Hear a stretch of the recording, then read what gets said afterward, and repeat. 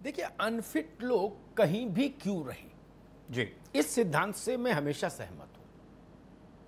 लेकिन इस सिद्धांत के अनुपालन में, इस सिद्धांत के क्रियान्वयन में दो चीजें बुनियादी होती हैं जो रहनी चाहिए, तभी उस पर जनता का भरोसा जमेगा, उस प्रक्रिया पर। एक,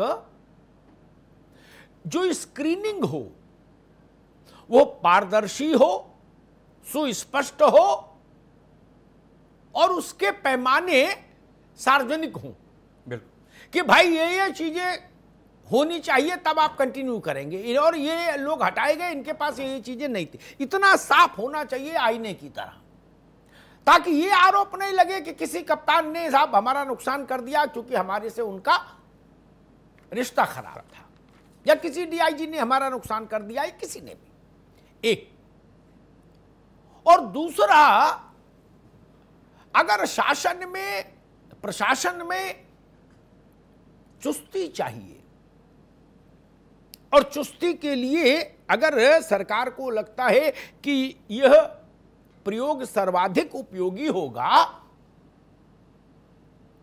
तो जो दवा सिपाही, दरोगा, इंस्पेक्टर के लिए है, वो दवा ऊपर वालों को भी दो, बिल्कुल, वो भी स्वस्थ रहे, शासन प्रशासन और निखर कर आए और चुस्त रहे। मैं सिर्फ दो बातों के लिए आया आज इस विषय को लेकर, बाकी मेरी कोई आपत्ति नहीं। मैं तो कहता हूं सरकारी सेवाओं में ज्वाइनिंग के दिन से लेकर रिटायरमेंट तक बिना स्क्रीनिंग के, बिना समीक्षा के, बिना बीच बीच में इम्तिहानों से गुजरे नौकरी चलनी ही नहीं चाहिए। हिंदुस्तान में सरकारी नौकरी का जो जनता के बीच में जो मतलब है वो मालूम क्या है?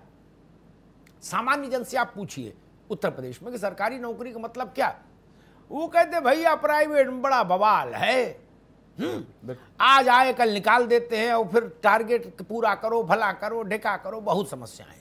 अच्छा जी, सरकारी में बोले एक बार घुस जाओ फिर रिटायर होके निकलोगे, फिर क्या समस्या है?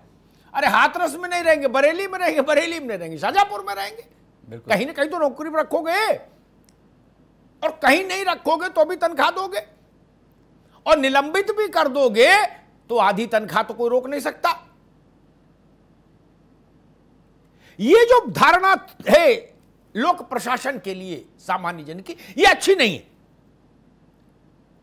मैं तो कहता हूं राज्य के डीजीपी और चीफ सेक्रेटरी से लेके होमगार्ड और पटवारी तक सब लोग निरंतर समीक्षा से गुजरने चाहिए अपने सेवा काल में।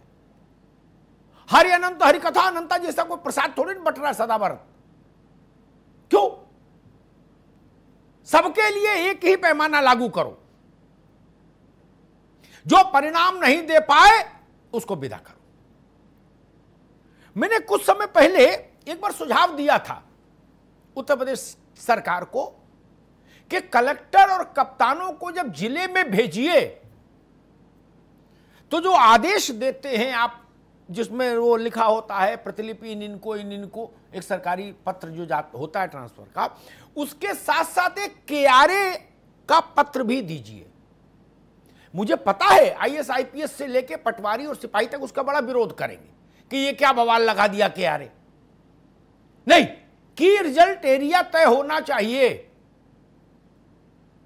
अगर आप डिस्ट्रिक्ट मजिस्ट्रेट शाहजहांपुर नियुक्त किए जा रहे हैं तो शासन आपको एक चेकलिस्ट बना के दे कि ये परिणाम आपको देने होंगे। एक कप्तान नियुक्त हो रहे तो भी ये परिणाम आपसे वांछित होंगे। इसी के आधार पर आपके आगे की पदोन्नति और वेतन वृद्धि और तमाम चीजें निर्भर करेंगी। द्विवेदी साहब बैठे हैं मेरे साथ, सूर्य जी हैं। अभी वो सरकारी सेवा का मतलब क्या? फिसड्डी भी रहो, कुछ नहीं करो, चना मुरमुरा खाओ बैठ के दफ्तर में। लोग कहते भैया उखाड़ क्या लेंगे मेरा? ये भाव क्यों रहे? मैं निजी क्षेत्र की इस धारणा से सहमत हूं। परिणाम दीजिए। अशोक की लाट कोई पार्किंग का पट्टा है क्या कि 5 साल के लिए रहेगा ही रहेगा? नहीं ना, परिणाम नहीं दे सकते तो हटिए। और परिणाम ऐसे तय होने चाहिए, मानक जिसको हम लोग नाप पाए, सामान्य जन, गोलमोल नहीं। क्या आज तक किसी सरकार ने इस बारे में चिंतन किया कि एक कियारे बनना चाहिए बड़े हाकिमों का, छोटे कर्मचारियों का, सबका? जो नगर निगम में काम कर रहा है वो नगर निगम में अपने ढंग से काम कर रहा है, कभी आया कभी गया, कोई हिसाब ही किताब नहीं। हम आज तक यही तय नहीं कर पाए, पुलिस छोड़ो, क्या हमने बिजली विभाग के कर्मचारियों का ये कियारे रखा है कि अगर आपके तैनाती वाले हलके में बिजली चोरी होगी तो आपकी सीआर खराब की जाए होगी? नहीं ना। तो सभी सदाव्रत खा रहे हैं, तो या तो सदाव्रत खाएं तो सब खाएं, तो कम से कम लड़ाई झगड़ा नहीं, या नियम बनाइए तो ऐसा बनाइए जो राजा से लेकर रंक तक सब पर लागू हो।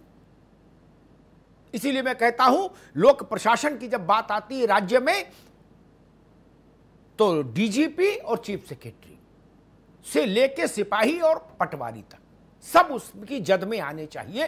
कोई भी संवर्ग समीक्षा से परे नहीं होना चाहिए।